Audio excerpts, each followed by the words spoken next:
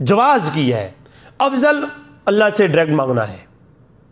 اس پہ میں امام رضا کی انشاءاللہ بارات اگلی ویڈیو میں انشاءاللہ وہ دلائل کے ساتھ میں عقائد بریلوی بیان کروں گا، اور اس کے اوپر دلائل بھی انشاءاللہ تعالیٰ متقدمین سے دوں گا۔ اور دوسری بات کہ یہاں مسئلہ یہ ہے کہ مانگنا ڈائریکٹ اللہ سے ہے، اللہ ہی دینے والا ہے، اللہ کے سوا کوئی دینے والا نہیں۔ مگر اگر کوئی ایسا شخص ہے جو مظہر خدا سمجھ کر کے کسی غیر اللہ سے جو ہے وہ استغاثے کا قائل ہے، تو وہ غیر اللہ زندہ ہو یا مردہ ہو، اس بحث کو میں آگے چھڑوں گا انشاءاللہ۔ تو اس کے اوپر کوئی تان تشیح نہیں ہوگی، اس کو گمراہ یا فاسق اور فاجر نہیں کہا جائے گا، اس کی بحث ہے۔ آپ نے یہ کہا کہ یہ غلط ہے اور اہل سنت یہ کہتے ہیں کہ یہ جائز ہے، اس کے اوپر دلائل انشاءاللہ لاؤں گا میں۔ تو خان قادری صاحب والا جو موقف ہے وہ بھی کوئی ہمارے لیے اتھینٹسٹی نہیں ہے، امام احمد رضا خان کا حوالہ پیش کرتے ہیں آپ، آج کے مولویوں کا کوئی حوالہ حجت نہیں ہے۔ جیسے آپ نے ویب سائٹ پر بڑے بڑے ائمہ ملا علی قاری کے حوالے لگے ہوئے تھے، آپ نے کہا کہ نہیں علماء کے فتوے ہیں وہ حجت نہیں ہو سکتے، قرآن و حدیث ہے، تو ان کے دلائل کا جواب آپ نے نہیں دیا۔ جب وہ آپ کے نزدیک حجت نہیں ہے تو اہل سنت جماعت بریلیت کے نزدیک خان محمد قادری صاحب یا پیر نصیر الدین نصیر شاہ صاحب وہ کہاں سے حجت ہو گئے، یا ڈاکٹر آصف جلالی صاحب کہاں سے حجت ہو گئے، طاہر القادری صاحب کہاں سے حجت ہو گئے؟ اور طاہر القادری صاحب پھر وہ بھی مختلفی شخصیت ہیں اہل سنت جماعت بریلیت کے نزدیک، وہ تو امام احمد رضا خان کے والدات کو بھی نہیں مانتے، وہ احمد رضا خان فاضل بریلوی رحمہ اللہ کے ملفوظات اور ان کے مقابلے میں اپنی تشریحات پیش کرتے ہیں۔ تو یہ جناب ہو گئی۔ تو مسئلے کی جو نوعیت ہے پہلے اس کو سمجھنا چاہیے، یہ تو گفتگو تھی ڈاکٹر صاحب کی، جو گفتگو ہے اس کی آغاز اور تمہیداً میں نے بات پیش کی۔ اب آتے ہیں مسئلے کی نوعیت کی طرف۔ مسئلے کی نوعیت کیا ہے؟ دیکھیں اللہ سے مانگنا، اس پہ تو کسی کا اختلاف ہو ہی نہیں سکتا کہ اللہ سے نہ مانگا جائے۔ جو یہ کہے کہ اللہ سے نہیں مانگنا چاہیے، اللہ کے علاوہ فلاں جگہ ہے وہاں سے مل جاتا ہے، جو یہ عقیدہ رکھے وہ پکا ڈھکا مشرک اور کافر ہے۔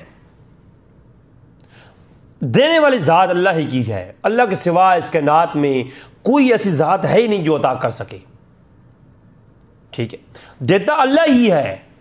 تو اللہ کے رسول نے فرمایا وَاللَّهُ مُوتِي إِنَّمَا أَنَا قَاسِمٌ، اور پھر اس کے الگ ترک بھی اور حدیث کی ہیں، وہ اگلی گفتگو میں آئے گی کہ اللہ عطا کرنے والا اور میں ہی انما حسر ہے، اور میں ہی تقسیم کرنے والا ہوں۔ اور پہلے بھی حسر اور کسر کے اوپر میری گفتگو آ چکی ہے عبد القادر جیلانی شاہ صاحب کے جواب میں، تو اس حسر کی بحث کو آپ سن لیں، آپ کو معلوم ہو جائے گا کہ انما کا حسر کیا ہوتا ہے، کہ اللہ نے فرمایا اللہ عطا کرنے والا ہے اور میں ہی تقسیم کرنے والا ہوں۔ اس کی بحث بھی میں فی الحال چھوڑتا ہوں۔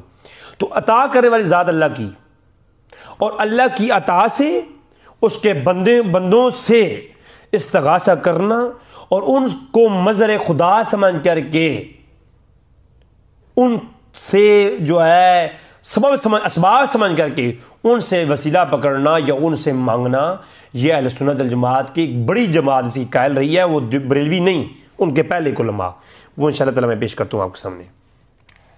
تو یہ مانگنا کیا ہے؟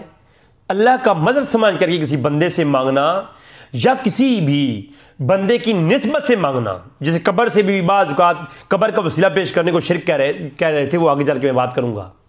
اگر انسان کے علاوہ کسی غیر انسان سے، یعنی کسی چیز سے، کسی جمادات سے اگر ایسا عقیدہ رکھنا اور اس سے فائدے کی نیت رکھنا شرک ہے، تو یعقوب علیہ السلام اور یوسف کی قمیض سے وہ جو شفا حاصل ہوئی ہے، ان آیات کا مفہوم اس روئے کائنات میں کوئی پیدا نہیں ہوا جو میرے سامنے بیٹھ کے مجھے سمجھا سکے۔ جلیل القدر نبی یعقوب علیہ السلام، ادھر جلیل القدر نبی یوسف علیہ السلام، دونوں کا ڈائریکٹ رابطہ ہے، یوحا الیہا ہے، ان کے اوپر تو وہی نازل ہوتی ہے۔ اب جن پر وہی نازل ہوتی ہو اور جو خدا کی معرفت کو سمجھتے ہوں، اور جن کو شرک کی حقیقت کا تعلق اور شرک کی حقیقت کی نوعیت وہ آج کی کتابیں پڑھ کر نہیں، جبرائیل کا چہرہ دیکھ کر کے معلوم ہوئی ہو کہ شرک ہوتا کیا ہے اور توحید اصل کیا کیا ہے، تو وہ تو یعقوب کو معلوم تھی۔ اور یعقوب علیہ السلام جانتے تھے کہ نبی مستجاب الدعوا ہوتے ہیں، اگر میں ہاتھ اٹھاؤں گا تو اللہ میری آنکھیں واپس لوٹا دے گا، اور یوسف بھی جانتے ہیں۔ پھر قمیض دینے کا فلسفہ کیا ہے؟ کیا قرآن ایک شرک کی تعلیم دے رہا ہے کہ نبی نے دعا نے کی، اپنی قمیض دے دی؟ اور پھر اگلا نبی جو جلیل القدر نبی ہے وہ بھی یہ نہیں کہہ رہا کہ جب اللہ تبارک تعالیٰ میری آواز سنتا ہے تو میں اس غیر اللہ کی اسباب کی چیز کو اٹھا کر کے آنکھوں میں لگا کر کے شفا کی نیت سے یا فائدہ حاصل ہونے کی نیت سے اور یہ توقع رکھتے ہوئے کہ اس قمیض سے فائدہ حاصل ہوگا، اس بجان چیز کو اپنی آنکھوں میں لگا کر کے اپنی امت کے لیے شرک کا رستہ کیوں چھوڑ دوں؟ بات نہیں سمجھے؟ اس پہ میرے کلپ آ چکا ہے آلریڈی، میں فقط آج ٹچ کر رہا ہوں۔ یعقوب جانتے تھے، اور پھر اللہ یہ فرما دیتا یعقوب یہ اگر حقیقت میں شرک نہیں مگر یہ اسباب شرک ہے، بعد میں شرک ہو جانا ہے، لوگ اس سے بعد میں بت پرستیاں کرنے سٹارٹ ہو جائیں گے، تو یعقوب مجھ سے ڈائریکٹ مانگ، میں رب عطا کرنے والا ہوں، میں تو میرا نبی ہے، تجھے تو کسی وسیلے کی ضرورت نہیں ہے۔ جبرائیل آئے، جبرائیل کو کہہ دے، جبرائیل مجھے بتا دے گا۔ ایسے کیسے تیری آنکھیں واپس آ جائیں گی؟ اگر زکریا کو میں اور یحییٰ کو میں اولادیں دے سکتا ہوں بڑھاپوں کے اندر، تو میرے یعقوب تو مانگ، تجھے عطا کر دیا جائے گا۔ یہ کیا ایک شرک کا ذریعہ اپنا رہے ہو، اور شفائیں مل رہی ہیں وہ بھی قمیضوں سے، اور ایک نبی اٹھا کر کے ہم آنکھوں پہ لگا رہا ہے۔ ادھر تو قبر سے اٹھا کر کے، کسی ولی قبر سے اٹھا کر کے نا اس بندے کا عقیدہ ہو کہ یہ اللہ کا نیک بندہ ہے، پرسگیدہ بندہ ہے، تو اس بندے کو ولی سمجھتے ہوئے اس کا گمان ہے کہ یہ ولی ہے، اس کی قبر سے اگر وہ ہاتھ یوں لگا کر کے اپنی شفا کے لیے یوں لگا لے، حالانکہ بریلویوں کے علماء اور بریلوی کے پہلے ترجمان امام احمد رضا خان نے سے منع کیا ہے، قبر کو چھونے سے منع کیا ہے، قبر کو چومنے سے منع کیا ہے فتاوی رضویہ میں، اور توحید اگر میں پیش کروں نا امام احمد رضا خان سے تو پھر بریلوی بھی آپ کو وہابی نظر آئیں گے، مگر چونکہ اظہار مسئلے کی نوعیت کچھ اور ہے۔ میں تو قرآن کی بات کر رہا ہوں، میں تو بریلویوں کی بات بھی نہیں کر رہا، میں تو زبیر صاحب سے سوال پیش کر رہا ہوں کہ مجھے بتائیے آپ کہ یہاں تو اگر قبر سے کوئی مٹی اٹھا کے اپنے چہرے پہ لگا لے شفا کی برکت سے تو شرک ہو جاتا ہے، ادھر یعقوب نے پوری قمیض اٹھا کے لگا لی تو شرک کیوں نہیں ہوا؟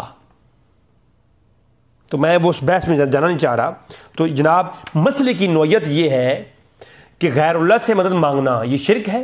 شرک ایک نظام ہے کہ اللہ کے مقابلے میں ایک نظام کھڑا کر دینا، جیسے فرعون نے کیا، حامان نمرود نے کیا، ٹھیک ہے؟ تو شرک کیا ہے؟ یہ ایک نظام ہے کہ اللہ کے نظام کے مقابلے میں اپنا نظام کھڑا کر دینا، یہ شرک ہے، ٹھیک ہے؟ شرک برابری کو کہتے ہیں، یعنی اللہ کے مقابلے میں کس چیز کی برابری لے آنا۔ اب جیسے اللہ عطا کرتا ہے ایسے عطا کا عقیدہ پوری کائنات میں کسی کا بھی نہیں ہے۔ اب شرک کی نوعیت کیا ہے؟ اب شرک کی نوعیت یہ ہے کہ جو مثال کے طور پر ہندو ہیں، اب ہندو یہ نہیں کہتے، وہ کیا کرتے ہیں؟ ہندو اپنے بتوں کی پہلے عبادت کرتے ہیں، پوجا کرتے ہیں۔ مسلمان کسی ولی کی پوجا نہیں کرتے۔ سورۃ بنی اسرائیل آیت نمبر 57 ہے، اس کے اندر بھی اس باب کو مضمون بڑی وضاحت سے بیان کیا گیا کہ وہ کفار، وہ مشرک کیا کرتے ہیں؟ وہ عزیر علیہ السلام اور نبیوں کی جو ہے تصویروں کو لگا کے رکھتی ہیں اور ان کی پوجا کرتے ہیں، ان کے بت بناتے ہیں، ان کی پوجا کرتے ہیں۔ پہلی کیا مسئلہ ہے؟ وہ پوجا کرتی ہیں، عبادت۔ اب عبادت میں اللہ کے مقابلے میں ایک نظام کھڑا کر دیا انہوں نے، جیسے اللہ کی عبادت ویسے ادھر کر دی، سجدہ کرتے ہیں، اور پھر وہ یہ عقیدہ رکھتے ہیں کہ اللہ عطا نہ بھی کرے تو ہمارے پاس فلانا ہے، حمان ہے، ہمان ہے، ہنومان ہے، جی شری ہے، فلانا ہے۔ تو وہ اس طرح کی عقیدے رکھتے ہیں کہ اللہ کے مقابلے میں انہوں نے ایک نظام کھڑا کر رکھا ہے، ان کا یہ عقیدہ کہیں نہیں ہے۔ میں انشاءاللہ اگر کوئی یہ بعض لوگوں کو جھانسا دیا جاتا ہے کہ وہ ہندوؤں کا بھی یہ عقیدہ ہے، وہ تو یہ تو نہیں کہتے کہ یہی سب کرنے والے ہیں، نہیں، وہ یہی کہتے ہیں کہ سب کچھ کرنے والے ہم یہ بات کرتے ہیں، یہ ہماری کرتے ہیں، ان کی کتابوں میں موجود ہے۔ تو ہندو جو ہیں جس طریقے سے وہ خدا کے مقابلے میں بتوں کو برابری بھی لا کھڑا کرتے ہیں، یہ شرک ہے۔ اگر وہ اس نوعیت کو اپناتے ہیں، ان کی اللہ کی عبادت کرتے ہیں، یہ شرک ہے۔ مسلمان ایسا نہیں کرتے، مسلمان مظہر خدا سمجھتے ہیں، جیسا کہ ایاک نعبد و ایاک نستعین کی تفسیر میں شاہ عبد العزیز محدث دہلوی بیان کرتے ہیں. شاہ عبد العزیز محدث دہلوی وہ یہ کہتے ہیں کہ غیر اللہ سے استعانت